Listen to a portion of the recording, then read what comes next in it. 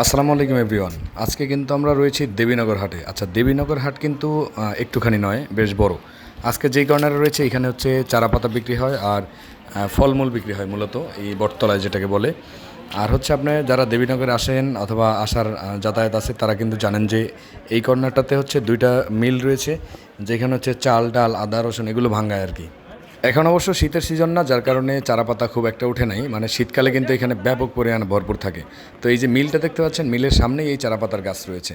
তো তার থেকে একটু সামনে যদি এগিয়ে যাই তাহলে হচ্ছে এই যে আমের বাজার, মানে যেখানে হচ্ছে আম, তারপরে হচ্ছে আপেল, কমলা, মালটা, আনারস এগুলো সব বিক্রি হয়। এটা কি আম আসেনি নাকি? না না, আসেনি আসেনি। কোনটা ঝিনুক?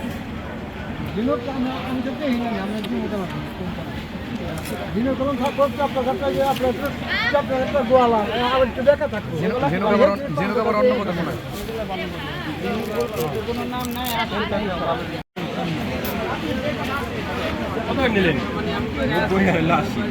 মিষ্টি উনি বলো ওটা বুঝলি না, কথা বুঝলি বুঝলি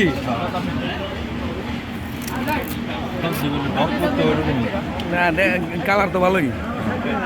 গ্রান কেমন? ভালো, হ্যাঁ ভালো তো গ্রান আছে। মনে দিকে আসরাম দাদা মনে হলো লিখে নিলাম।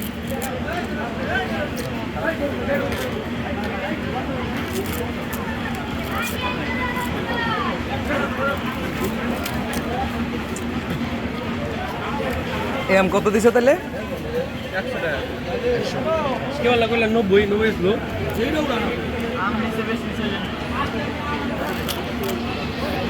এখানে শুধুই আসেনি আমরা, এখানে কিন্তু আপেল মালটা থেকে শুরু করে এই যে দেখতে পাচ্ছেন ড্রাগন, এছাড়াও রয়েছে আনারস, তারপরে তরমুজ, মানে যখন যে ফল আসে আর কি। হাটে হাটে যে ফলগুলো বিক্রি হয় মানে এভরিথিংই থাকে মোটামুটি।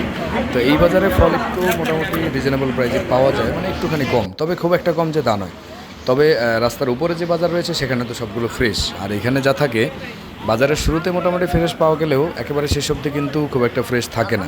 জয়পাড়া অবস্থিত এই দেবীনগর হাট কিন্তু বেশ পরিচিত, মানে আশেপাশে দোহার-নবাবগঞ্জের মধ্যে যতগুলো হাট রয়েছে সব থেকে বিখ্যাত হাট হচ্ছে জয়পাড়ার এই দেবীনগর হাট।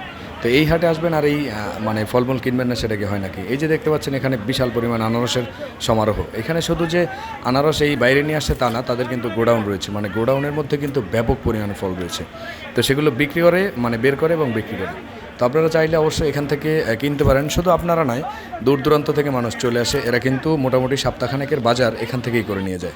আর এইখানে হচ্ছে এই যে খেজুরের দোকানটা দেখতে পাচ্ছেন, এটা কিন্তু মোটামুটি পার্মানেন্ট, কারণ এর পিছনে যে দোকানটা দেখতে পাচ্ছেন বিল্ডিংয়ের, ওইখানেই আসলে তাদের শোরুম, মানে শোরুম বলতে গোডাউন। তো ওইখান থেকে মাল এখানে বের করে এবং সেটা বিক্রি করে সারা দিন ব্যাপী। আর এখানে যে মালামালগুলো দেখতে পাচ্ছেন, এই মূলত আসলে আমি এখান থেকেই কেনাকাটা করি। প্রত্যেক সপ্তাহে একবার কিনলে মোটামুটি সপ্তাহখানেক চলে।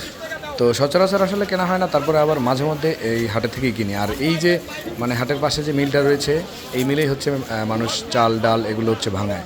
তো ভাঙানোর পরে কিন্তু আসলে সেগুলো দিয়ে পিঠা মিঠা বা পিঠা পায়েসের উৎসব জমে যায়। আর সেই সাথে হচ্ছে হাটে থেকে যদি বাজার করে নেওয়া যায় তাহলে তো হলোই। তো আমার মনে হয় না আশেপাশে যত মানুষ রয়েছে এরা কিন্তু আসলে এই হাটটা চিনে না। তো এই হাটে অবশ্যই আসবেন, আর দূর দূরান্ত থেকেও চলে আসা উচিত, কারণ হাটে গেলে কিন্তু বেশ একটা অভিজ্ঞতাও পাওয়া যায়।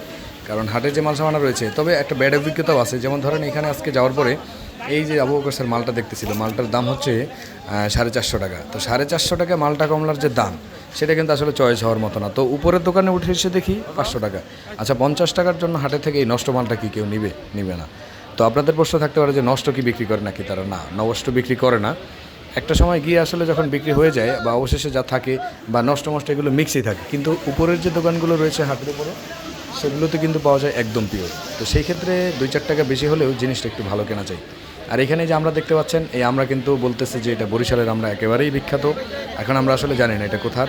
যদি বরিশালের হয় তাহলে তো ভালোই, তাহলে সেটা অবশ্যই নামডাক রয়েছে, কারণ বরিশালের যেগুলো মানে যে কয়টা এই ফল রয়েছে সেগুলোর মধ্যে নাম করা হচ্ছে আমরা, তারপরে হচ্ছে জাম্বুরা, নারিকেল এবং পেয়ারা। পেয়ারা সব থেকে বেশি বিখ্যাত।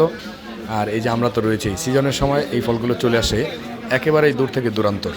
তো আপনাদের এই দেবীনগর হাটের যদি অভিজ্ঞতা থাকলে তাহলে কমেন্ট বক্সে জানাতে ভুলবেন না। আর যদি কারো অভিজ্ঞতা না থাকে তাহলে আমি বলবো খুব শীঘ্রই দেবীনগর হাট ভ্রমণে চলে আসুন। এখানে এই হাটে আসলেও কিন্তু আপনার খুব সুন্দর একটা অভিজ্ঞতা হয়ে যাবে অনায়াসেই।